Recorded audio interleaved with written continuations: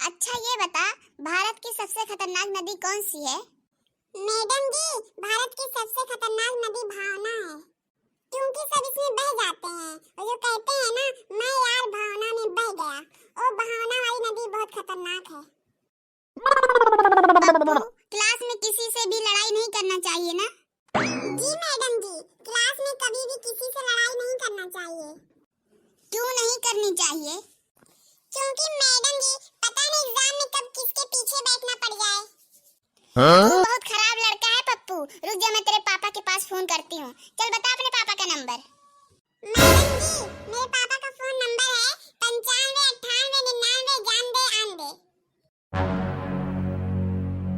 Hello. Hello, Pappu के पापा जी। हाँ जी, बोलिए। अरे सर, मैं आपके बच्चे की टीचर बोल रही हूँ। आपका बच्चा बहुत नालायक है। वो नालायक है, ये बात तो मुझे भी पता है, इसलिए तो मैं उसे स्कूल भेजता हूँ ताकि वो नालायक से लायक बन जाए।